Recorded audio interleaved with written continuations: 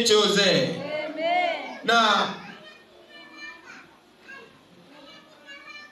mwisho wa wazinzi wote, mwisho wa washarati wote, pamoja na madhara atakayoyapata akiwa duniani, lakini mwisho wa wazinzi na washarati wote ni katika ziwa liwakalo moto na kiberiti, ambako huko kutakuwa na kilio na kusaga meno.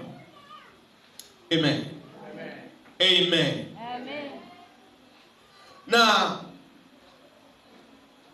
mimi nasema wote wanaoabudu sanamu, wao wasioamini, sehemu yao ni katika ziwa liwakalo moto na kiberiti. Amen. Amen. Amen, Jose. Amen. Amen, Jose. Amen. Amen, Jose. Amen. Na ndio maana mtu wa Mungu, nitakufundisha kweli, ni hiari yako ya kuchagua. Amen. Kuendelea kumpenda mchungaji anayekwambia ukweli au kumchukia anayekwambia ukweli. Kumwacha mchungaji anayekwambia ukweli au kuendelea kuwa pamoja na mchungaji anayekwambia kweli. Ni maamuzi yako wewe. Amen, wana wa Mungu. Amen. Amen, Jose. Amen. Na Ufunuo sura 21, Ufunuo sura 21 mstari wa 8. Maandiko yanasema, bali waoga na wasioamini na wachukizao na wauaji na wazinzi na wachawi na hao waabuduo sanamu na waongo, wote sehemu yao ni katika ziwa lile liwakalo moto na kiberiti. Hii ndiyo mauti ya pili. Hii ndiyo mauti ya pili. Amen. Amen. Amen. Sasa maandiko yanasema tupo katika nyakati za mwisho. Ndio maana haya yote yanayofanyika, haya matendo yote yanayotendeka, yote ni nyakati za mwisho. Tupo katika nyakati za kumalizia, ambapo maandiko yanasema wachafu watazidi kuwa wachafu na watakatifu watakuwa watakatifu. Lakini pia anasema siku hizo kabla Yesu hajarudi zitafikia hatua au viwango vya uchafu na uasherati na uzinzi kama ilivyokuwa nyakati za Nuhu, kama ilivyokuwa wakati wa Lutu. Uzinzi ulikuwa ni kitu cha kawaida ndani ya kanisa, ndani ya watu wa Mungu, na ndani ya jamii, ndani ya ndoa, ndani ya mabinti, ndani ya vijana. Ulikuwa uzinzi ni kitu cha kawaida. Ukiangalia katika Mwanzo sura ya 9 pale utaona vijana wadogo wa baba wote wakusanyika kwenda kwenye nyumba ya Lutu, wakitaka kuwalawiti malaika waliokuwa wamemtembelea Lutu. Vijana, watoto wadogo, vijana kwa wazee, kundi kubwa wanataka kwenda kufanya ulawiti. Amen. Amen. Sasa anasema nyakati hizi zitafanana sana. Mkiona hivyo mjue nipo karibu kuja. Nipo karibu kuja kulichukua kanisa. Nipo karibu kuja kuchukua wateule. Amen. Luka 17 mstari 26 hadi 37 tutasoma kwa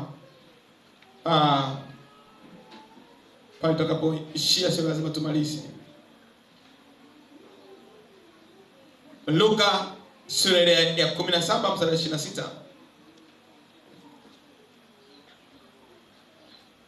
Biblia inasema, na kama ilivyokuwa siku za Nuhu, ndivyo itakapokuwa katika siku zake mwana wa Adamu. Walikuwa wakila na kunywa, walikuwa wakioa na kuolewa. Kuolewa hapa na kuoa ni watu ambao walikuwa ni watu ambao wanaoa wanaacha, lakini ni watu ambao uchafu ulikuwa umekithiri. Watu walikuwa wanalala na mbwa, walikuwa wanafanya ngono na wanyama, na kitu ambacho pia Mungu kilimkasirisha sana, mpaka wanadamu wakabadilishana DNA za wanyama na wanadamu, wakatengeneza na kuzaa mijitu iliyokuwa haieleweki duniani. Wanadamu wote wakaharibikiwa DNA ya Mungu, asili ya Mungu ikapotea. Wakawa wamebaki watu wachache sana kama Nuhu na Rutu na uzao na familia zao, watu ambao walikuwa hawajakubali kufanya ujinga kama huu. Ndio maana leo unaweza kaona watu tunaona waziwazi wanajiposti, wanajionea fahari kufunga ndoa, wengine na nguruwe, wengine na mbwa na ng'ombe namna hiyo, na anajivunia kufunga ndoa na mwanaume mwenzake, mwanamke mwenzake, na anajivunia. Mashoga na wasagaji wanajivuna hivyo. Sasa nyakati hizi tulizo nazo ni nyakati ambazo zimekithiri kiasi kwamba ndani ya kanisa, ndani ya majumba ya ibada, mashoga wamejaa, wasagaji wamejaa. Familia zimeguswa na laana hii ndani ya nyumba za watu. Hizi ni nyakati za mwisho. Ni nyakati za mwisho. Ukiangalia pia katika Mathayo 24:37 mpaka 38 utaona jambo hilo. Nyakati za mwisho watu walikuwa leo hii watu wanaoa na kuacha, kuolewa na kuachika ni kitu cha kawaida. Ni kitu cha kawaida, sio ajabu. Mtu haoni shida kurudi nyumbani kwao, kuachika, kumwacha mke, haoni shida. Haoni shida. Anasema nitaoa mwingine.